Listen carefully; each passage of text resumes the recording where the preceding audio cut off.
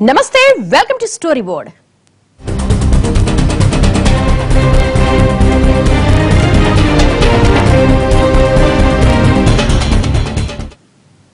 ఐదు రాష్ట్రాల ఎన్నికల్లో చరిత్రను సృష్టించిందొకరు, ఆ చరిత్రను తిరగ రాసిందొకరు. ఇద్దరు మహిళా నేతలే, ఇద్దరు రాష్ట్రానికి ముఖ్యమంత్రులే, ఇద్దరు పోరాటాల్లోంచి పుట్టిన ధీర వనితలే. ఒకరు జనంలోనే ఉంటారు, మరొకరు జనం కోసమే ఉంటారు. ఒకరు కామ్రేడ్ల కంచుకోటను మరోసారి బద్దలు కొట్టిన వీరవనిత ఒకరైతే, సెంటిమెంట్ను తన పథకాలతో బద్దలు కొట్టిన ధీరవనిత మరొకరు. ఇద్దరు ఇద్దరే. తమిళనాడు సీఎం జయలలిత, పశ్చిమ బెంగాల్ సీఎం మమతా బెనర్జీ.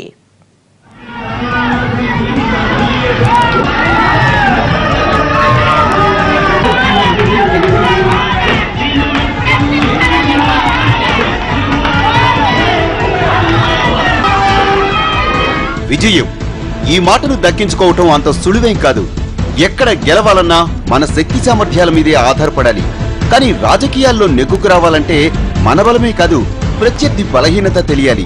జనం నాడి ఒడిసి పట్టాలి, ఓట్లు వేయించే వేడిని పుట్టించాలి. అప్పుడే రాజకీయాల్లో విజయం దక్కుతుంది. యావత్ దేశం దృష్టిని ఆకర్షించిన రాష్ట్రాలు రెండే. ఒకటి తమిళనాడు, రెండోది పశ్చిమ బెంగాల్.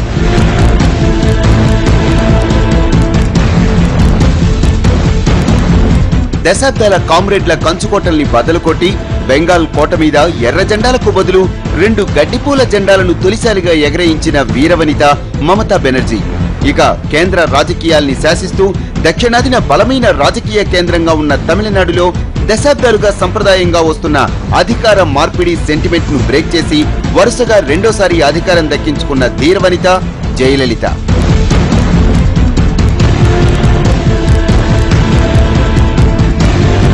తమిళనాడు రాజకీయాల్లో ప్రతి 5 ఏళ్లకోసారి అధికార పార్టీకి పరాభవం గడిచిన కొన్ని దశాబ్దాలుగా పునరావృతమవుతున్న చరిత్రే. ఇప్పుడు కూడా అదే జరుగుతుందని అంతా అన్నారు. ఆది నుంచి ప్రచారంలో కూడా కరుణానిధే దూసుకుపోయారు. ఎన్నికలయ్యాక ఎగ్జిట్ పోల్స్ అన్ని కరుణానిధికే పట్టం కట్టాయి. కౌంటింగ్ మొదలయ్యాక కూడా మొదటి 2 రౌండ్లు డిఎంకేనే ఆధిక్యంలో చూపించాయి. కానీ థర్డ్ రౌండ్ నుంచి సీన్ మారిపోయింది. రౌండ్లు కంప్లీట్ అయ్యేసరికి సీన్ కూడా కంప్లీట్ గా మారిపోయింది. తమిళ ప్రజలు సెంటిమెంట్ ను పక్కన పెట్టి అమ్మకే పట్టం కట్టారు.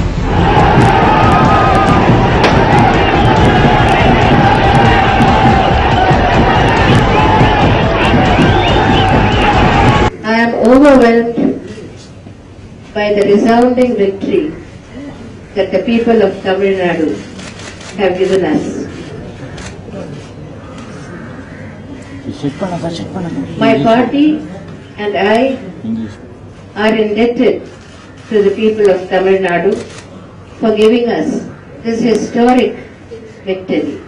I have no other interest in life except working for the people of Tamil Nadu. My life is dedicated to the people of Tamil Nadu. I thank the people of Tamil Nadu for continuing to repose their faith and trust in me, and I find that there are not enough words in the dictionary to adequately express my feelings of gratitude towards the people of the state. 2011లో అధికారం దక్కించుకున్న జయలలిత 2013 నుంచే తన పని మొదలు పెట్టేశారు. మేనిఫెస్టోలో మాటిచ్చిన సంక్షేమ పథకాలన్నింటినీ అమలు చేశారు. అమ్మ క్యాంటీన్లు, అమ్మ మిక్సీలు, అమ్మ మందులు, అమ్మ సిమెంట్, అమ్మ ఉచిత వస్త్రాలు, అమ్మ తాళిబొట్లు, ఇలా చెప్పుకుంటూ పోతే ప్రత్యర్థులకు కూడా ముచ్చెమటలు పట్టేలా అమ్మ అమలు చేసిన సంక్షేమ పథకాలు అప్పటి నుంచే జనంలో ముద్ర వేస్తూ వచ్చాయి. ఆ ప్రభావం 2014 సార్వత్రిక ఎన్నికల్లో మోడీ హవాను కూడా దాటి ఏఐఏడీఎంకేకు 37 ఎంపీ స్థానాలు కట్టబెట్టింది. ఆపై గడిచిన 2 ఏళ్లలో కొనసాగించిన పథకాలు, ఇప్పుడు ప్రకటించిన పథకాలు అన్నీ కలిసి అమ్మకే మరోసారి పట్టం కట్టాయి. 2011 కన్నా అమ్మ బలం తగ్గినా బలం మాత్రం పెరిగిందని చెప్పాలి. ఇప్పుడు తమిళనాట అమ్మ తిరుగులేని శక్తి. నాయకురాలైనా, కార్యకర్తలైనా, ప్రజలైనా ఆమెను నడిచే దైవంగా కొలిచేవాళ్లే.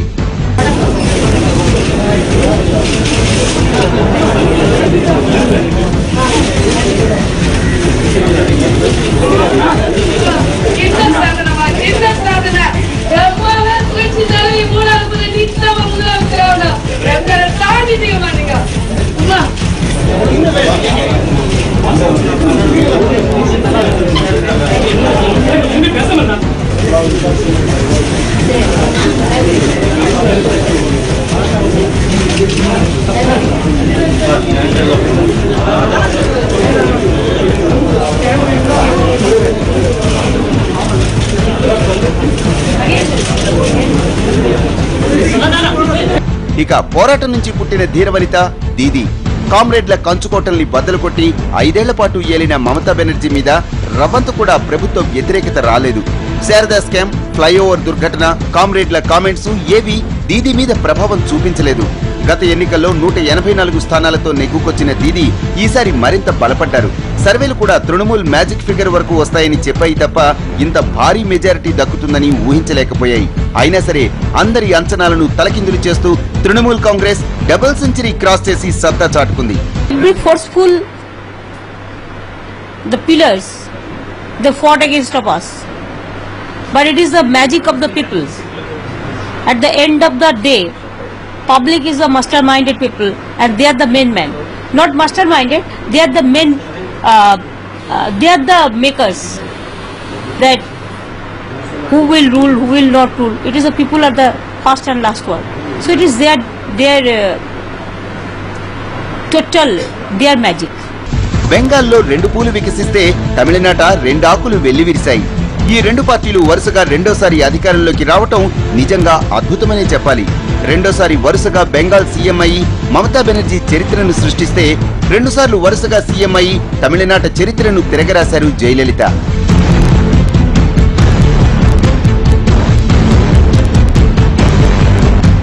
ఇద్దరు రెండోసారి వరుసగా సీఎంలైనా ఇద్దరిలోనూ ఎంతో వైవిధ్యం కనిపిస్తుంది.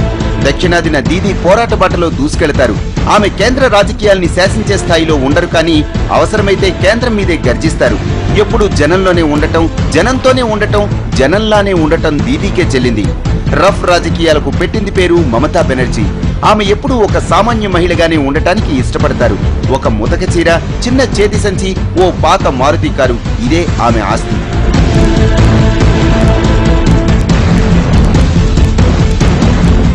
ఇక జయలలిత కూడా వరుసగా రెండోసారి సీఎం అయి చరిత్ర తిరగరాశారు. పురొచ్చి తలవిగా తమిళ రాజకీయాల్లో ప్రసిద్ధి చెందిన జయలలిత జీవితం అంతా గోప్యమే. ఆమె గడిచిన 5 ఏళ్లలో బహిరంగంగా జనం మధ్యకు వచ్చిన సందర్భాలు వేళ్ల మీద లెక్కపెట్టొచ్చు. ఎప్పుడూ కోట దాటని జయలలిత జనాలకు దూరంగా ఉన్నా నిత్యం జనం కోసమే ఆలోచిస్తారు. ఆమెపై ఎన్ని అవినీతి ఆరోపణలు వచ్చినా, ఆఖరికి అక్రమాస్తుల కేసులో పదవిని వీడి జైలుకు వెళ్లినా తిరిగొచ్చాక పట్టుబట్టి వ్యూహాత్మకంగా అధికారం దక్కించుకున్నారు. ప్రత్యర్థులు ఆమెపై ఎన్ని అవినీతి ఆరోపణలు చేస్తున్నా జనం మాత్రం అమ్మ సంక్షేమ పథకాలకే ఓటేశారు.